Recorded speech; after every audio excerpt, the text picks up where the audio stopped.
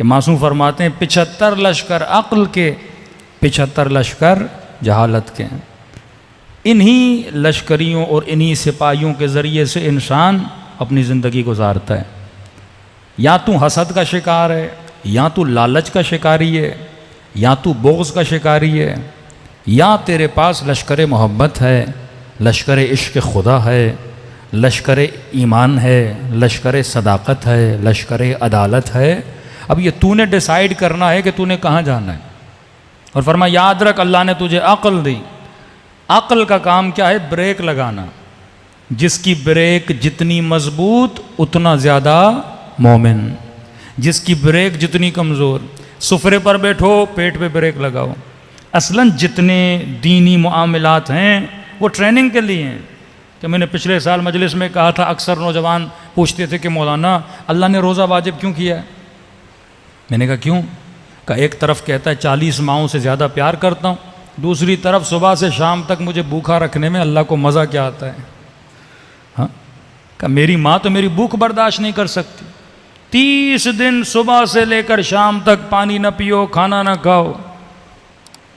ये कैसा खुदा है? ये कैसी मोहब्बत करता है बंदे से और बंदे को भूखा रखता है। हाँ? अब मैंने कहा इंसान कंफ्यूज कहाँ होता है? पिछले साल का मौजूद जिन लोगों को याद है वो जाके देख लें। कंफ्यूज कहाँ होता है? जहाँ पे ये खुद को पहचानने में गलती करता है। ये समझता है कि रोज़ा मेरे लिए, जबकि रोज़ा जिस्म के लिए। रोज़े का ताल्लुक़ रूह से नहीं है, रोज़े का ताल्लुक़ जिस्म से। भूख जिस्म को मिलती है, रूह को नहीं मिलती। प्यास जिस्म को मिलती है, रूह को नहीं मिलती। अल्लाह जिस्म को कैदी बनाता है, रूह को नहीं बनाता। जितनी रूहानी लज्जतें हैं उसमें उसके लिए कोई कैदोबंद नहीं है। कहता है जितना हासिल करना है रूहानी लज्जत हासिल कर। अब जिस्म को कैदी क्यों बना रहा है? क्योंकि तुझे समझाना चाहता है बंदे खुदा तू मेरा अब्द है, जिस्म तेरा अब्द है। तू मेरा गुलाम है, जिस्म तेरा गुलाम है। तू मेरा गुलाम तब बनेगा जब जिस्म को अपना गुलाम बनाएगा।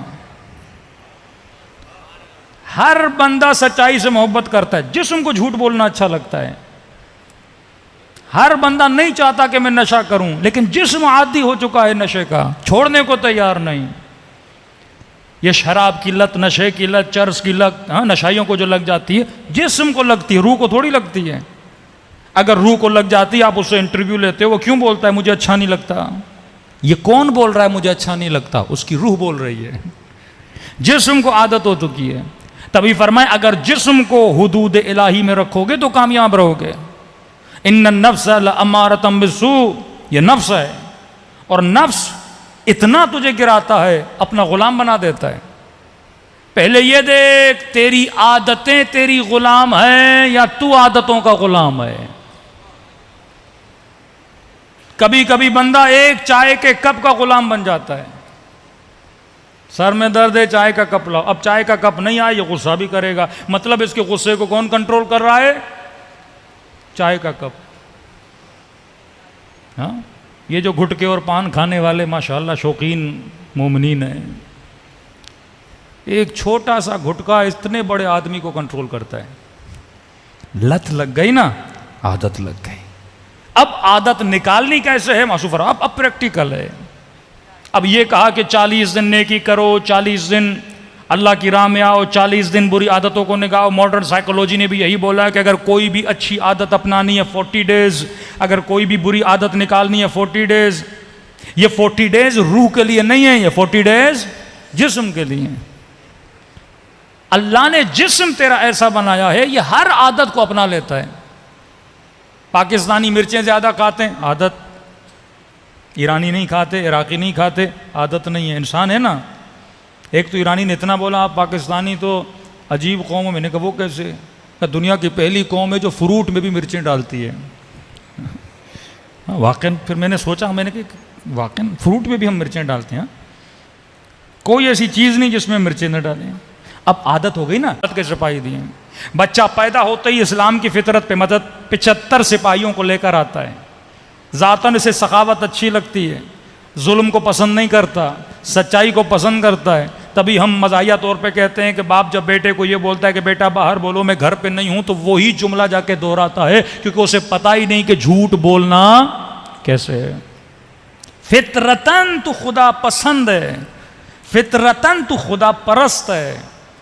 कि हमने कहा शैतान असल का इनकार नहीं करता कि ये बोले कि मसलन झूठ बोलो, वो तुझे टेक्निक बताता है कि इस झूठ बोलने से ये फायदा होगा। शैतान हुस्न का इनकार नहीं करता।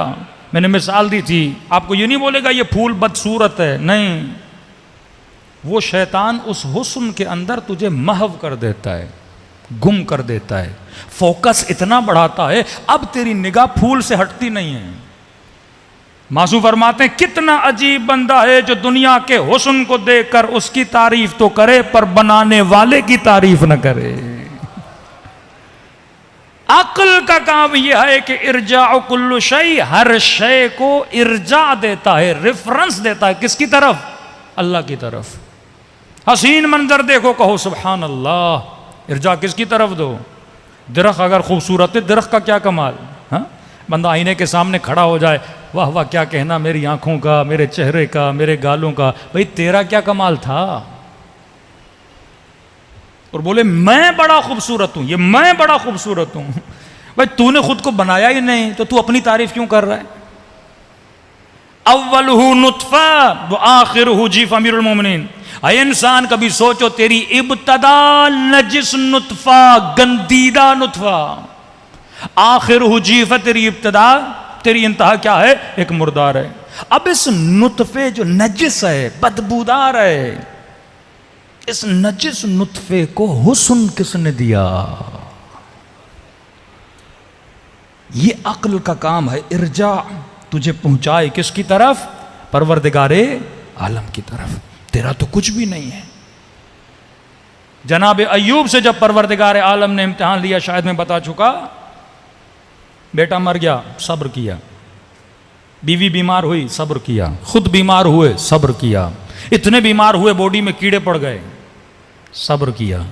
अब लोग आए, मोहल्ले वाले आए, ताने देने लगे, अय्यूब यकीनन तूने कोई बुराई की होगी, तभी खुदा तुझे ऐसे बलाओं और इम्तिहानात और मुसीबत में डाल रहा। एक बार बोला, दो बार बोला, सब्र ने जवाब दिया।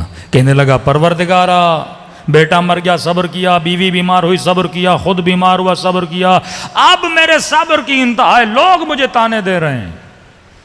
अल्लाह ने फरिश्ते को भेजा, कब बोल जाके अय्यूब को अपने सब्र पे इतराए नहीं। ये न कहे कि बेटा मरा, सब्र किया, ये न कहे कि बीवी बीमार हुई, सब्र किया, ये न कहो कि मैं बीमार हुआ, सब्र किया। जाकर अय्यूब से पूछ, अगर मैं तुझे तौफीक सब्र न देता तू सब्र करता कैसे?